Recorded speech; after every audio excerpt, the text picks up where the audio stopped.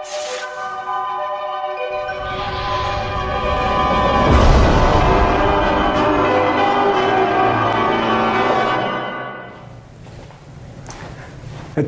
assalamu alaikum, namaste, haru nefer. This is Kasank Mai Keparu with another video for you. And in this video, I want to talk about why you must have Ausar rise within you. But before I do that, I want you to hit the like button on this video. And if this is your first time to my channel, welcome. Hit the subscribe button to get notifications on when I go live or when I upload recorded videos. Lastly, I would love for you to share this video with family and friends so we can get this revolution started. So let's talk about the subject matter at hand, why you must have Ausar rise within you. Now this goes back to the story of Ausar and Aset, or Isis and Osiris. And if you're not familiar with that, go back and read that Kemetic scripture or that Kemetic mythology. It's beautiful. And it's really a metaphor for what's going on in today's world and today's society. See, one of the things you must understand is the space-time continuum has been disrupted. What do I mean by that? The way we're living today is not how we were meant to live. You see, we've come out of an age of very advanced technology and high moral caliber, but we have been lied to and told that our past was of pagan ancestry, that our ancestors were primitive, and that is not true. Consequently, what you have today is the masses of people on this planet are mentally ill and operating on a savage level. Think about this. If there was a global catastrophe where we would lose power for, say, about 24 to 48 hours, what would you see? You would see the masses of the population raping, robbing, and pillaging. Because the only thing that keeps us in check right now is external laws and the police force. You see, in ancient Kemet, the people had evolved spiritually to such a degree that they operated in alignment with Ma'at, with truth, justice, and balance. And there was no need for a police state or external laws to keep them in check, or religious dogma for that matter. The way that the planet was captured was by two means: to keep us polarized in left brain thinking, concrete thinking. Also, when you're operating out of the left brain, it's a segregative thought process. What does that mean? That means that you see things as separate. There's no oneness, there's no unification. It's segregative. The other part was to keep us rooted in our lower natures, which the ancient Kemetic people call the Sahu animal spirit. That is the mammalian and reptilian aspects of the brain, which are the most primitive aspects. This is why our ancestors said, you must have Ausar rise within you, meaning you rise above the mammalian and reptilian brain to operate out of the neocortex, where your third eye would open.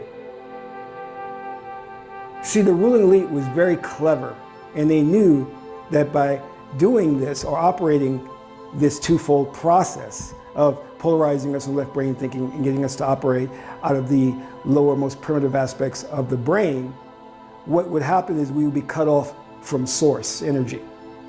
So you would never ever see yourself one with your fellow brother or your fellow sister. You wouldn't have a connection to God.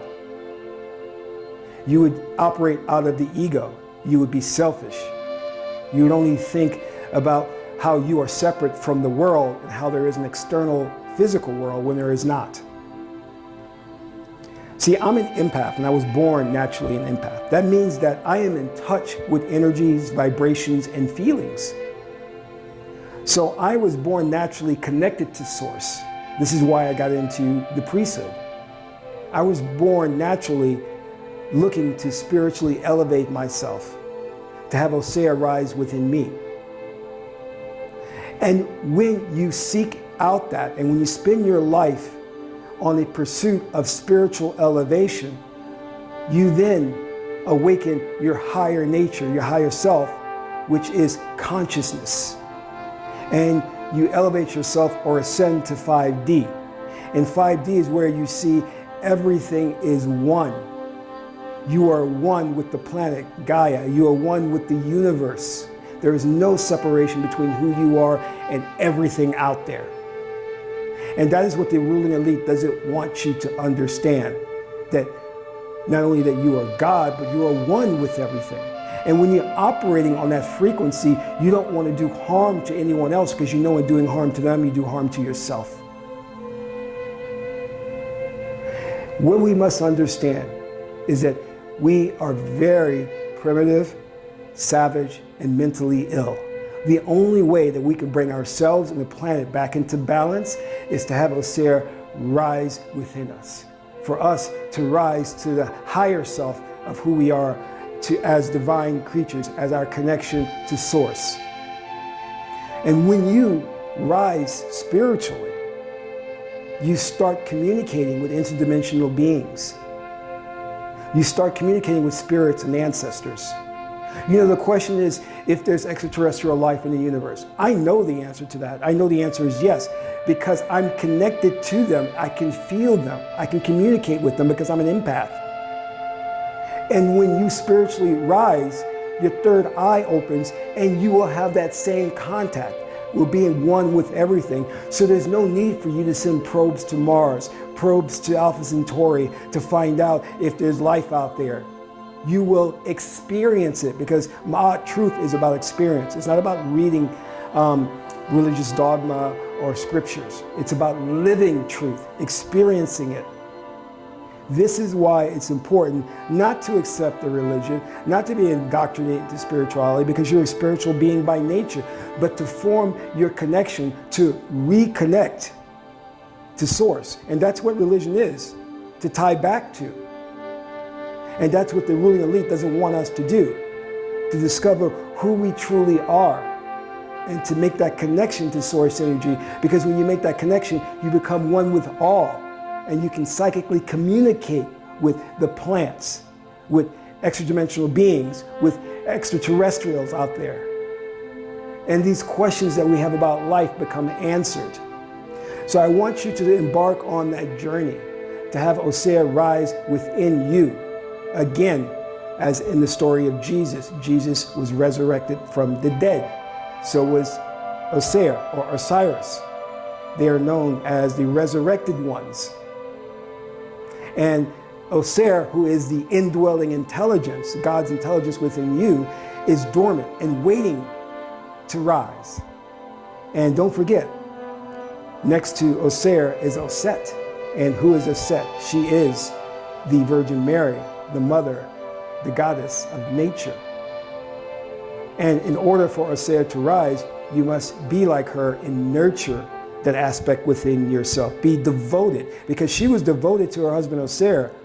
And in the story, the mythology of Ausar and Auset, when Ausar was cut up into 14 pieces by his evil brother Set and dispersed throughout the planet, it was Auset who traveled the globe and found all those pieces and reassembled them or remembered them so that he could rise again. That is your task.